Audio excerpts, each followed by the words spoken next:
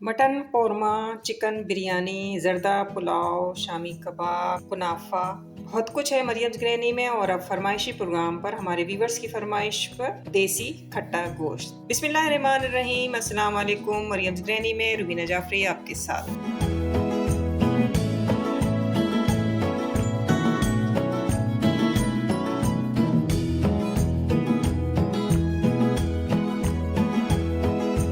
खाना पकाने की तहज़ीब में सबसे पहली तहज़ीब तो यही इस्तेमाल होती थी कि अगर हम मटन बना रहे हैं तो जानवर के किस हिस्से का गोश्त हमें लेना चाहिए, और अगर हम चिकन बना रहे हैं तो हमें चिकन के किस हिस्से का गोश्त जो है वो ज़्यादा से ज़्यादा लेना होगा, जो जूसी हो, नरम हो और बेइंतहा मज़े का बन जाए। तो आज मैं बना रही हूँ खट्टा गोश्त। खट्टा गोश्त जो है ये कदीमी हमारी रेसिपी है और इसको हम अपने घरेलू तरीके पर जिस तरीके से बनाते हैं, आप इसे देसी तरीका भी कहिए, कदीमी तरीके, क्योंकि कदीमी तरीके जो हैं देसी तरीके होते थे और उनके अंदर मिर्च मसाले भी ज़्यादा नहीं जानते थे। और लेकिन वहाँ पे सबसे अहम तरीन चीज़ ये होती थी कि आप जो है ना गोश्त कौन सा इस्तेमाल कर रहे हैं। तो यहाँ पर जो आप बेहतरीन नताइज के लिए जब खट्टा गोश्त बनाते हैं तो उसके लिए आप लेते हैं, तो मैंने यहाँ पर जो है जैसे लिया है रान का गोश्त। रान का गोश्त जो होता है ना, ये बिल्कुल आप समझ लीजिए कि ऐसा गोश्त होता है जैसे कि आप चिकन का थाई पीस लेते हैं ना, तो जिस कदर जूसी होता है उसमें थोड़ी सी चिकनाई भी होती है और ये गलने में भी ज़्यादा वक्त नहीं लेता है ना। तो या तो आप खट्टा गोश्त बनाते वक्त रान का गोश्त लीजिए या फिर आप रिब्स का इस्तेमाल कीजिए।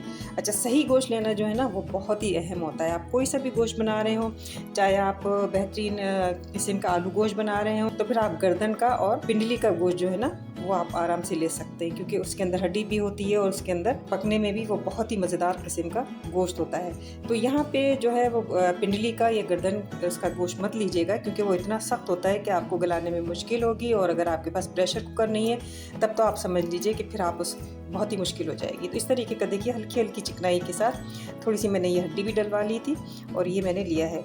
तो गोश्त आप लीजिए, इसके अंदर बेहतरीन चॉइस जो नहीं है, जो बहुत ही मज़े का होता है, जो बड़े आराम से गल जाता है। जैसे चिकन में थाई पीस जो है जूसी भी होते हैं और उसमें रेशे भी बनते हैं, तो इसमें भी जो है इसी तरीके की चीज़ होती है। और इसमें जो है वो कहीं भी किसी भी जानवर का आप लीजिए तो बहुत ही अच्छा और जूसी किस्म का होना चाहिए। अच्छा, यहाँ पे जो दूसरे नंबर पर गोश्त आप खट्टा गोश्त बनाने के लिए ले सकते हैं वो शोल्डर का गोश्त जो होता है ना, ये भी होता है। ये भी खट्टा गोश्त में बहुत ही मज़े का जायका देता है। और इसके अलावा जैसे मैंने आपसे कहा रिब्स यानी पसली का गोश्त हल्की चर्बी के साथ, ये भी सालन में बहुत जायकेदार बनता है। तो यहाँ पे मैंने आधा किलो के करीब जो है ना गोश्त ले लिया है, बेहतरीन उम्दा गोश्त जो आप देख भी रहे हैं कितना शानदार है। ये हल्की हल्की सी चिकनाई है, ये गल भी जाएगा।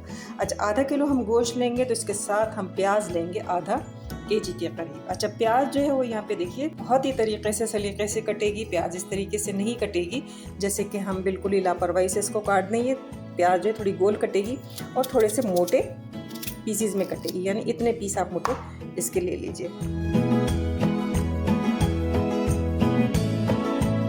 अच्छा, मैंने यहाँ पे बर्तन ले लिया है, इसी में मैंने अपना गोश्त डाल दिया है, रान का गोश्त डाल दिया है मटन का, और इसके साथ मैंने प्याज जो है वो काट रही हूँ। प्याज आराम से गल जाएगी। अच्छा, इसकी जो ग्रेवी बनती है ना वो प्याज से ही बनती है और किसी भी चीज़ से नहीं बनती। मसाले इसके अंदर कोई ऐसे धनिया, मिर्च, लाल पाउडर वगैरह नहीं जाते हैं। मैं आपको बताऊंगी देसी तरीके से, कदीमी तरीके से बनाए जाने वाला ये खट्टा गोश्त। आपने बिल्कुल बारीक बारीक नहीं काटना, इतना मोटा टुकड़ा रखिए।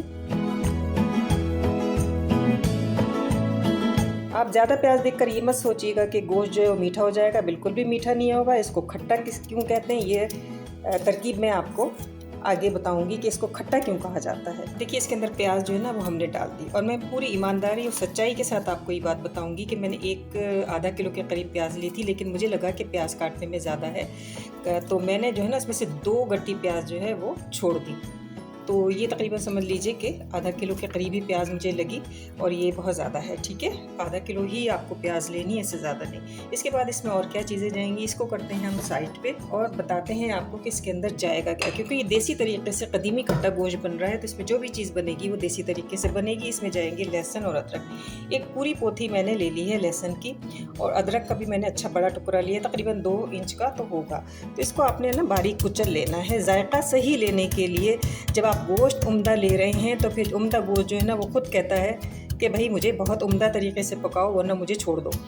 तो ये हम बना रहे हैं खट्टा गोश्त, इसको मैं अच्छी तरीके से बारीक कर लेती हूँ। स्किप नहीं कीजिएगा, क्योंकि ये बन रहा है खट्टा गोश्त और प्याज हमने इसमें डाली है, तो आपके जहन में बार बार ये बात आ रही होगी कि ये तो मीठा हो जाएगा, लेकिन नहीं जनाब, हम इसको बनाएंगे खट्टा। और खट्टा ये किस तरीके से बनेगा, इमली इसमें बिल्कुल नहीं जाएगी, ये याद रखिएगा, इमली इसमें नहीं जाएगी, इमली डालिएगा भी नहीं। अब यहाँ पे हमने इसको अच्छी तरीके से कुचल लिया। इसको ग्राइंडर में बिल्कुल भी नहीं पीसना, ठीक है। इसको जो जब देसी खाना बना रहे हो, देसी तरीके से बना रहे हो, तो पूरा पूरा जो है वो देसी स्टाइल होना चाहिए। इसको हम डाल देते हैं इस गोश्त के अंदर, ठीक है। फ्लेवर भी देगा और खाने में भी ऐसा जायका आएगा कि बस पूछिए मत। अब इसके अंदर जान है मसाले, और मसालों में सबसे पहले जाएगा बिस्मिल्लाहिर्रहमानिर्रहीम नमक। नमक है ज़िंदगी में तो सब कुछ है, और जायका है, और चीनी है तो जायका है। लौंगे, लौंगों का इसके अंदर बड़ा ज़बरदस्त कमाल है। तकरीबन आप 10 से 12 अदद लौंगे इसके अंदर ले लीजिएगा, ठीक है। और इसके साथ इसमें जाएगी दालचीनी, ये आप ले लीजिएगा, दालचीनी ज़रूर डालिएगा इसके अंदर। और अब आप ये सोच रहे होंगे कि मिर्च का इसमें क्या काम है, कैसे जाएगी मिर्च। तो मिर्च मैं आपको बताती हूँ कि मिर्च इसमें जाएगी साबुत गोल लाल मिर्च, जैसा कि आप मेरे हाथ में देख रहे हैं। इसमें कोई पिसी लाल मिर्च नहीं जाएगी, और इसी से ही मैं आपको जायका इसका बनाकर बताऊंगी। अब यहाँ पे हम इसको ढक्कन लगाएंगे और इसको रख देंगे चूल्हे पे पकने के लिए। ये हमारा जो है वो लेग पीस गोश्त है, यानी रान का गोश्त है। इसको हम अच्छी तरीके से मिक्स कर देते हैं।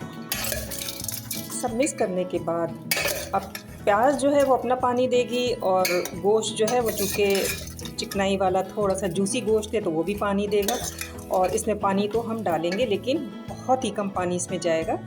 अगर पानी आपने बहुत भर दिया तो फिर आपका सारा गोश्त का सत्यानाश होगा। तो सिर्फ ये वाला छोटा गिलास, ये आप देख रहे हैं, ये गिलास होगा, अगर आपके घरों में है ये गिलास, तो बस ये गिलास जो है ना इसमें पानी डालिएगा। ये भी हम प्याज को और गोश्त को सहारा देने के लिए डाल रहे हैं। पानी को सहारा देगा तो इसका जो जायका है ना वो बहुत ही उठ के आएगा, बहुत ही मज़ेदार ये बनेगा।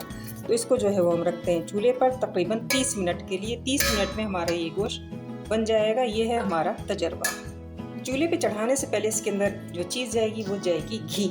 देखिए ये जो है ना, ये देसी कदीमी तरीका से चूँकि हम बना रहे हैं, तो ये बनेगा घी के साथ। और घी मैंने लिया है इसमें 1.2 के करीब, यानी आधा कप से भी थोड़ा कम हमने ये लिया है। और इसमें तेल नहीं जाएगा, ये घी से बनेगा। तो इसके अंदर हम डाल देंगे ये। बस अब हम इसको मिक्स करते हैं, रखते हैं पकने के लिए। अब यहाँ पे कुछ और गरम मसाले भी जाएंगे, जिसमें जाएंगी 2 अदद बड़ी इलायची। इनके बीज निकाल लीजिए। ये जो छिलका जो होता है ये बिल्कुल ही काम का नहीं होता, तो इसके अंदर से हम बीज निकाल लेंगे।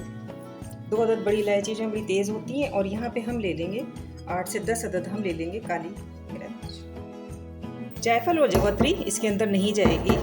और मैं आपसे यही कहूँगी कि देखिए हर खाने में हर मसाला नहीं जाता, तो यहाँ पे हम इसको थोड़ा सा बारीक सा कूट लेते हैं। इसको कूट लेते हैं अच्छी तरह से।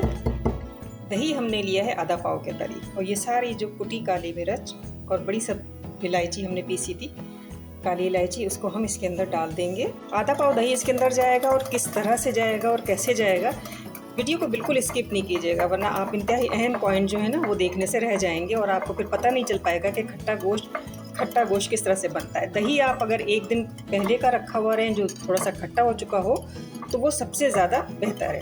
तो यहाँ पे हमने इसके अंदर सारी चीज़ें मिक्स की, इसको फेंट लिया। 30 मिनट के बाद मैं इसको देखती हूँ। वाह माशाल्लाह, ये देखिए जो प्याज हमने गोल काटी है ना, इसकी खूबसूरती यही है कि आप जो है ना प्याज को गोल काटिएगा, ताकि वो बहुत जल्दी जो है वो ग्रेवी की शेप देगी। अच्छा देखिए यहाँ पे जो मैंने घी डाला था वो मैंने डाला था 1/3 से थोड़ा कम, तो थोड़ा सा ज़्यादा, लेकिन शानदार तरीके पर ये गल चुका है। ये देखिए गोश्त को आप देख रहे होंगे कितने तरीके से, बस इसको भुरता नहीं होना चाहिए, गल जाए ये ना आराम से। गोश्त हमारा गल चुका है और इसको अब हम भूनेंगे। अच्छा गोश्त का रंग आपको देखने में हल्का सा ब्राउन नज़र आ रहा होगा, और यही इस गोश्त की खासियत है कि इसके अंदर जो है ना वो कोई भी पिसी लाल मिर्च, कश्मीरी लाल मिर्च, कोई देगी मिर्च, कोई इस तरीके की मिर्च नहीं जाएगी, बल्कि ये जो मिर्चें हैं जब इनको आप इसके साथ भूनेंगे ना तो यही गोश्त के रंग को लाल करती चली जाएगी। अब इसमें हम डालेंगे दही, और दही के लिए मैंने आपसे ये कहा था कि दही डालने की ट्रिक आप ज़रूर देख लीजिएगा। पूरा दही नहीं डाला जाएगा, 2-2 चमचे करके, 1-1 चमचा करके आप डालते जाएं और इसको आप भूनते जाएं। थोड़ा थोड़ा दही डालेंगे और इसको हम भून लेंगे। दही भी अपना पानी देगा और इसी के साथ ये पकता रहेगा। थोड़ा सा चूल्हे को तेज़ करते हैं।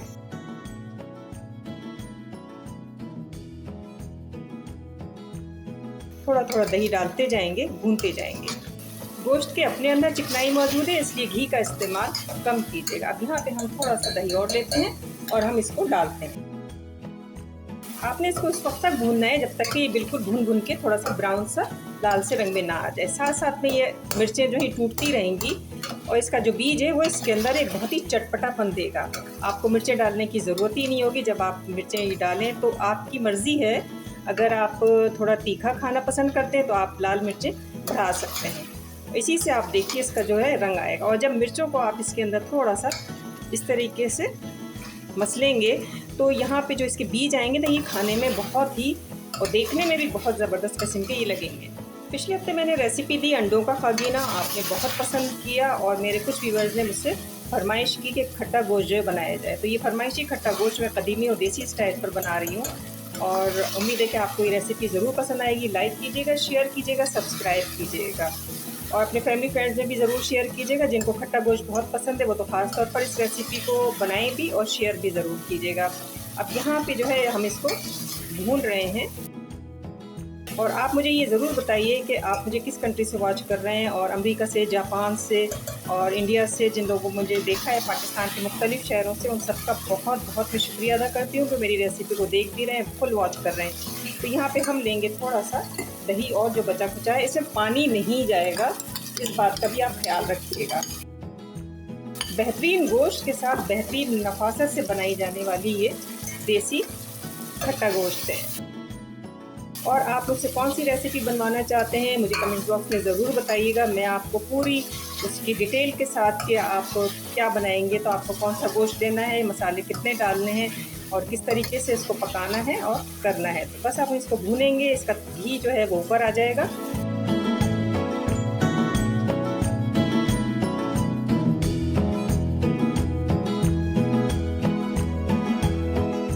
तो आप देखिए किनारों से, साइडों से घी इसका ऊपर आ गया है, अच्छी तरीके से भुन गया है। कलर भी इसका बहुत ही खूबसूरत आपको नज़र आ रहा होगा, जबकि हमने सिर्फ खाली प्याज और चंद मसालों के साथ हमने जो है ना वो इसको बनाया है। खट्टा गोश्त देसी तरीके से बनाए जाने वाला, कदीमी तरीके से बनाए जाने वाला खट्टा गोश्त जो है वो तैयार है। वक्त हुआ चाहता है इस हमले का।